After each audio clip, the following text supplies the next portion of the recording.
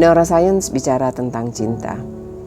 Selama ini kita menganggap bahwa ketertarikan, rasa tergila-gila kepada seseorang ini adalah berasal dari perasaan. Tapi ternyata faktanya penelitian yang terbaru dari neuroscience mengatakan bahwa jatuh cinta ini diprovokasi oleh otak.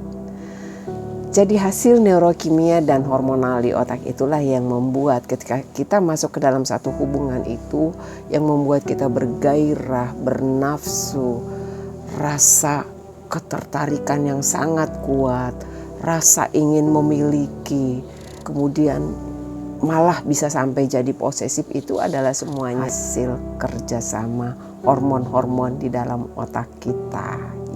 Hormon-hormon tuh yang ada di otak kita ya, itu memiliki tuh kesamaan.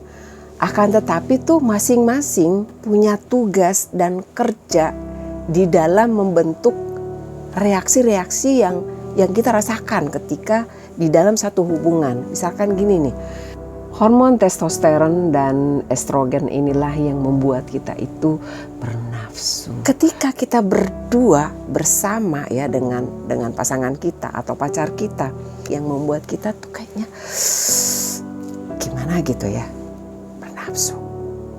Ada yang namanya hormon dopamin dan norepinefrin serta serotonin. Nah, ketiga hormon ini bekerja sama yang membuat kita tuh kayaknya gemes, pingin kayak gimana gitu ya. Nah, itulah pokoknya yang membuat kita kesemsem, gemes. Dan kemudian berikutnya itu ada yang namanya oksitosin. Inilah yang membuat kamu tuh kayaknya tuh gak mau pisah sama dia, kayaknya sedetik aja berpisah sama dia, atau gak dengar suaranya, atau gak lihat mukanya, kayaknya hampa hidup ini. Akan tetapi jangan lupa ya, bahwa hormon ini ternyata hanya bertahan selama 6 bulan. Jangan sedih ya buat pengantin baru. Kalau masuk usia 6 bulan perkawinannya dan kemudian kok kayaknya getar-getar dalam dada aku tuh kok kayaknya udah mulai hilang ya, atau ngelihat pasangannya kok dia udah mulai berubah ya, kok dia udah mulai nggak sering ngebelai aku, kok dia mulai nggak bilang I love you. Karena memang menurut penelitian neuroscience ini ya, 6 bulan hormon itu sudah mengurai. Dan ketika itu mengurai, reaksi kita di dalam hubungan kita itu akan dengan sendirinya pun akan bertransformasi. Ada juga yang mengatakan bahwa 6 bulan sampai 4 tahun ya, hormon ini masih berproduksi dengan baik gitu ya. Setelah 4 tahun hormon ini akan mengurai. Memang itu alamiah terjadi di dalam tubuh kita.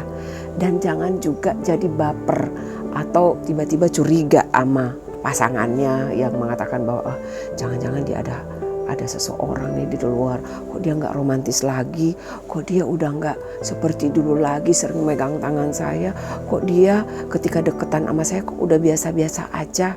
Ketika hormon-hormon ini sudah mulai mengurai ya, jangan sedih ya guys, karena itu memang alamiah terjadi di dalam tubuh kita.